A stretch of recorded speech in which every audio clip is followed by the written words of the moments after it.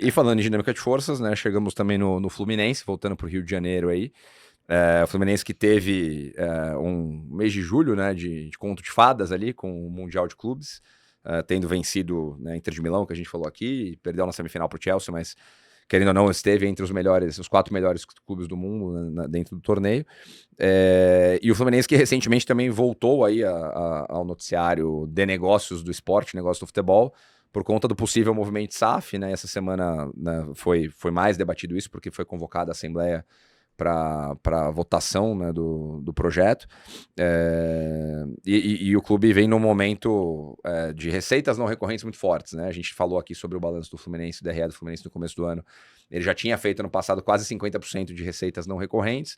Se ele mantiver o que ele fez de recorrente ano passado, botando em cima disso a premiação do Mundial de Clubes, mais a venda do John Arias, a projeção é que ele chegue a alguma coisa em torno de 700 milhões de reais de receita. Então é um ano histórico para o Fluminense, né? Chegar numa semifinal de Mundial e avançar na pauta da SAF significa bastante, né, para a sustentabilidade futura do clube. Cara, tô muito fãzão do Fluminense, assim, vou deixar totalmente política de lado, porque eu acho que esse capítulo é pra quem tá vivendo aquilo e pra quem tem maiores informações, não é o meu caso, mas vamos traçar um paralelo aqui do que estava acontecendo na virada do ano com o Fluminense.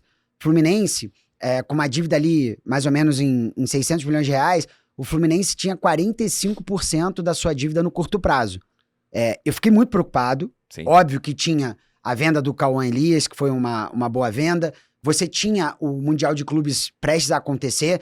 Então você tinha alentos ali de uma expectativa de entrada de dinheiro que seria muito boa. E aí o que faz o Fluminense? Surpreende esse analista aqui e traz aí, quase como aquele pai orgulhoso ali do filho, traz excelentes notícias. Que primeiro foi a performance no Mundial.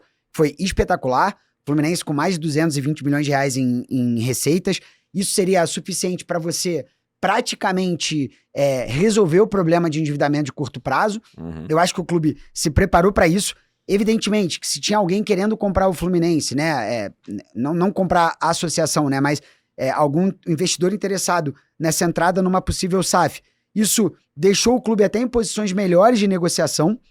E mais do que isso, né, algo que se especula é um fundo que ele vai ser composto por tricolores, vamos chamar assim de ilustres, mas com boa reputação de mercado, pessoas com excelente condição financeira. Vamos botar aqui em português claro, não seriam pessoas aventureiros, né? Então isso traria para o clube uma possibilidade de, no momento que o caixa foi reforçado, de reforçar ainda mais o caixa e fazer todo esse movimento de um futuro de médio e longo prazo. Sim. Com uma excelente capacidade que a gente chama, né, de reestruturação, né? Eu ia falar aqui o famoso turnaround, mas justamente para que o clube, assim, pudesse começar essa nova etapa de SAF não como alguém que sai do zero, mas alguém que, olha, eu tô aqui competindo com clubes que têm uma capacidade financeira melhor, né, mais vantajosa, mas agora eu tô conseguindo me colocar numa posição que eu vou conseguir subir a escada de uma maneira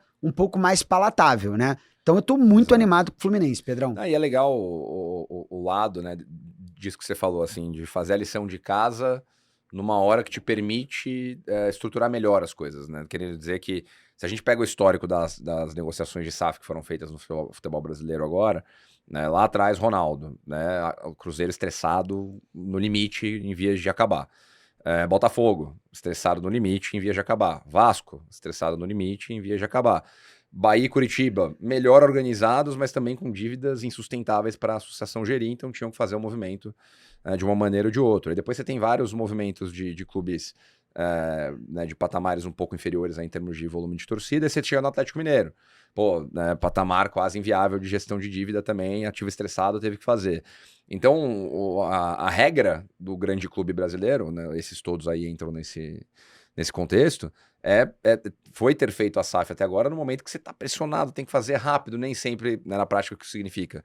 Você negocia os melhores termos possíveis, ou você vende pro cara que tá alinhado com a tua mentalidade enquanto vendedor. Haja vista o Vasco a 777, né? Claramente não tinha um alinhamento ali do que aquela estratégia da 777, o que a associação estava esperando, não à toa chegou na ruptura.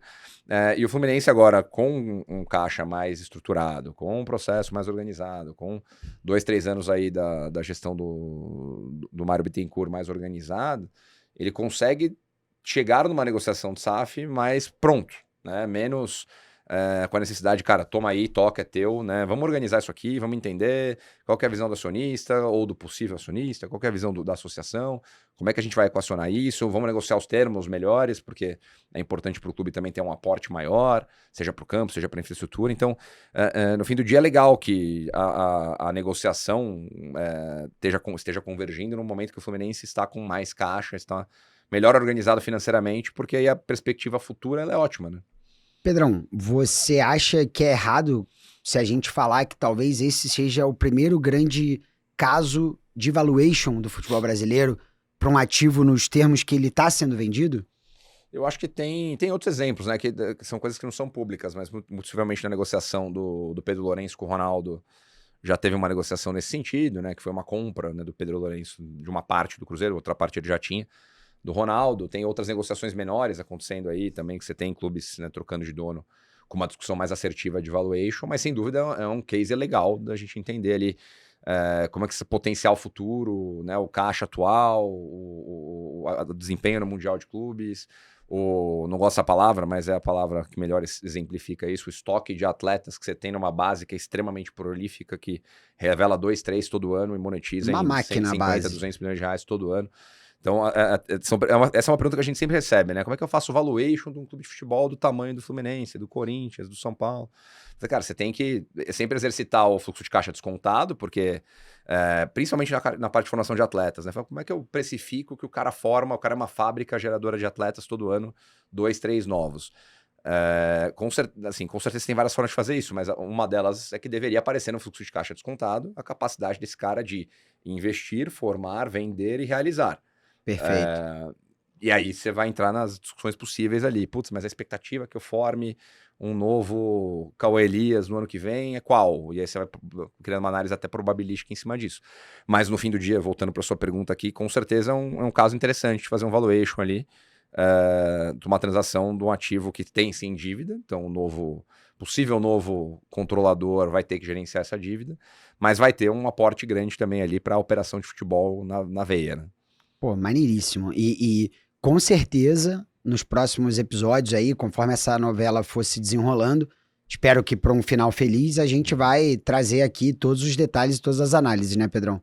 Exato. Acho que a reunião de Assembleia do Conselho Deliberativo, a reunião do Conselho Deliberativo deve ser nas próximas semanas aí, né?